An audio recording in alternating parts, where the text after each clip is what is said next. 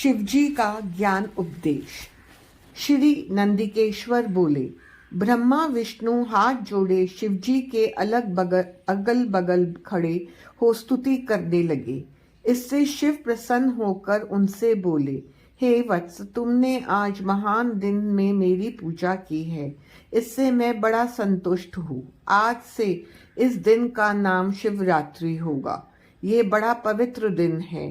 पवित्र स्थिति इस शिवरात्रि के दिन जो मेरे लिंगेश्वर की पूजा करेंगे वे मुक्त हो सकते हैं। जो प्रपंच रहित इसी एक दिन भी मेरी पूजा करेगा वह 1 वर्ष की निरंतर पूजा का फल पावेगा। मेरे लिंग रूप तो स्तंभ प्रकट हुआ था, मेरा लिंग रूप तो जो स्तंभ प्रकट हुआ था वह आद्रा नक्षत्र है। जो अगहन में आद्रा नक्षत्र में उमा सहित मेरी पूजा मेरे रूप लिंग या बेर लिंग में करेगा अथवा दर्शन ही करेगा वह मुझे कार्तिकेय के समान परम प्रिय होगा। शिवरात्रि में दर्शनों का ही महान फल है। पूजन का फल तो वाणी से कहा भी नहीं जा सकता। तुम दोनों की युद्ध भूमि में जहां मेरा लिंग स्तंभ प्रकट हुआ है वह अरुणाचल के नाम से प्रसिद्ध होगा। यहाँ पर शरीर छोड़ने वालों की मुक्ति अवश्य हो जाएगी। जो मुझे परमेश्वर की लिंगेश्वर रूप में पूजा करेंगे उन्हें चारों प्रकार की मुक्ति प्राप्त होगी। ब्रह्मा विष्णु को शिव उपदेश। यह सुनकर ब्रह्मा और विष्णु जी बोले, हे प्रभु, हमें सर्ग आदि के पंचकृत्य का लक्षण सुनाओ। शिव जी बोले, यद्यपि मेरी सभी कार्य ज्ञान गुण हैं, तथापि मैं तुम्हें सुनाता हूँ। हे पुत्रों, एक सृष्टि, दूसरी स्थिति, तीसरा संहार, चौथा तिरोभाव और अनुग्रह, ये मेरे 5 प्रकार के कर्मगत में नित्य सिद्ध हैं। इनमें संसार के प्रारंभ करने को सर्ग कहा गया है, उसको स्थिर रखने को स्थिति, नष्ट करने को संहार कहा है, इधर उधर बदलने को तिरोभाव तथा संसार से मुक्ति का नाम अनुग्रह है। ये मेरा पंचकृत्य है। इस पंचकृत्य को चलाने के लिए ही मेरे पास 5 मुख हैं। चारों दिशाओं में 4 मुख तथा मध्य में 5वीं है, जिसे विद्वान ही जानते हैं। 5वें कृत्य अनुग्रह को कोई भी नहीं पा सकता है। तुम भी अपने उस कर्म को भूल बैठे।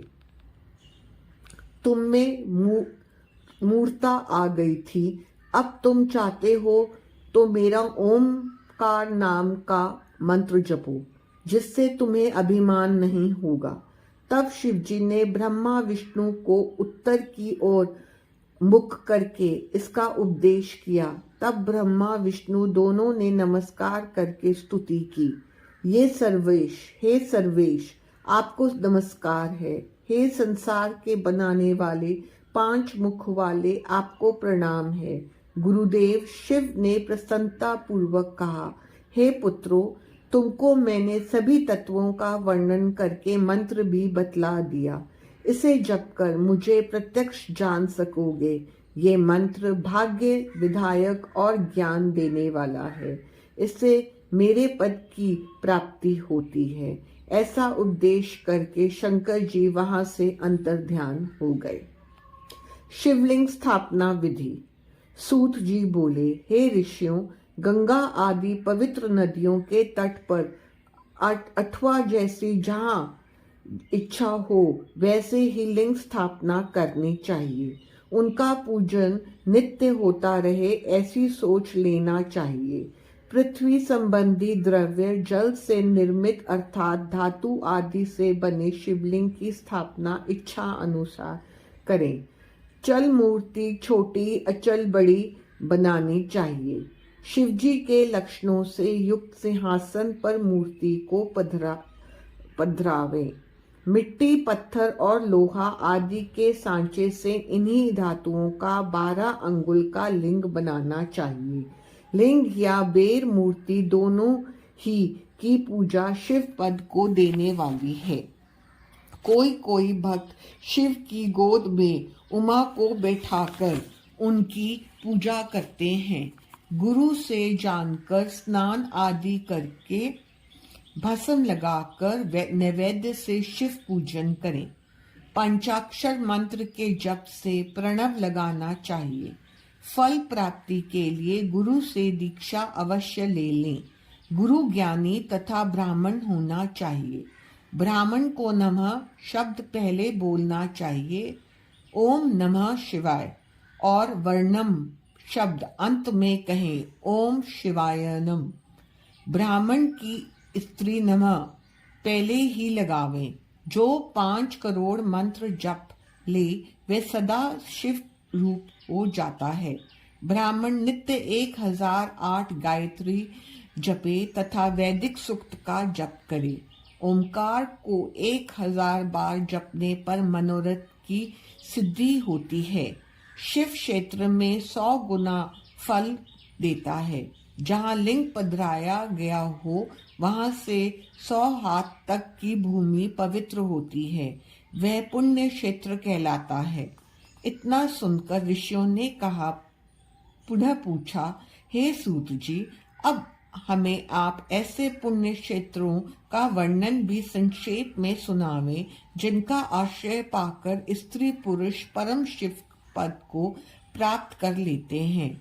इनका आगमन कैसे हुआ ये भी बताने की कृपा करें। शिव क्षेत्र वर्णन। गंगा आदि नदियों के तट पर अनेक तीर्थ हैं। सरस्वती नदी भी बड़ी पवित्र है। इसके तट पर निवास करने वाला ब्रह्मपद को पाता है। हिमालय से निकलने वाली गंगा जी 100 मुख वाली हैं तथा पतित पावनी है। उसके तट पर वास पुण्यदायक है। काशी आदि अनेक पुण्य क्षेत्र हैं, वहां निवास करना चाहिए।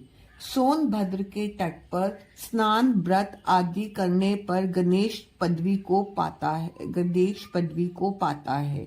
24 मुख वाली नर्मदा के तट पर वास करने वाला वैष्णव पद प्राप्त कर लेता है। तमसा रेवा गोदावरी के तट पर वास करने वाला ब्रह्म हत्या आदि से छुटकारा पा लेता है। इसके अलावा कृष्णावेणी विष्णु लोक दायिनी तथा तुंगभद्रा ब्रह्म लोक दायिनी हैं। ये ब्रह्मलोक से गिरे हुए लोगों को अपने तट पर जन्म देती हैं। सरस्वती, पंपा, कन्या, श्वेत, कावेरी आदि भी सभी पुण्य प्रदान करने वाली हैं। ये भी क्षेत्र शिवलोक देने वाले तथा अभीष्ट फल देने वाले हैं। इसमें स्नान, ध्यान, जप, तप करने से महान पुण्य की प्राप्ति होती है। सदाचार विवेचन। ऋषि बोले, हे सूत जी, अब हमें स्वर्ग और नरक को भेजने वाले धर्म अधर्म का विवेचन करके सुनाइए। साथ ही उस सदाचार को भी कहिए जिससे धर्म अधर्म को जीता जा सके। सूत जी बोले, हे ऋषियों, सभी वर्णों के लोगों को चाहिए कि वे सूर्य उदय से पूर्व उठकर अपने इष्ट देव का ध्यान करें। पूर्व की ओर मुख करके बैठने पर उत्तम फल मिलता है। फिर उषा काल में शौचाचार से निवृत्त होवे, दातुन करें, यथा स्नान करें। कंठ तक या कमर तक जल में खड़े होकर स्नान करना चाहिए। घुटने तक के जल में मंत्र से स्नान करें। फिर तीर्थ जल में से वहां के तथा अपने इष्ट देवों को संतुष्ट करें।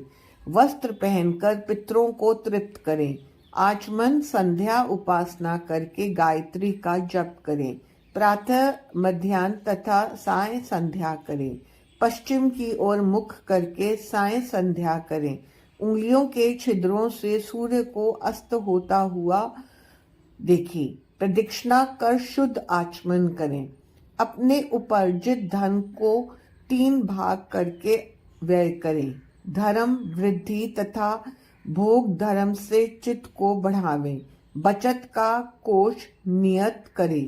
पीड़ा न हो इस प्रकार थोड़े में निर्वाह करें। ऋषि कर्म के धन में से 10वां भाग दान कर दे। व्यापार के धन का 6ठा भाग दान करे। यथाशक्ति याचकों को दान देना चाहिए। दूसरों के दोषों को न देखें तथा क्रोध को उत्पन्न करने वाली बात किसी के प्रति ना कहें। प्रातः सायं संध्या और अग्नि होम करना चाहिए। सूर्य की वंदना करनी चाहिए।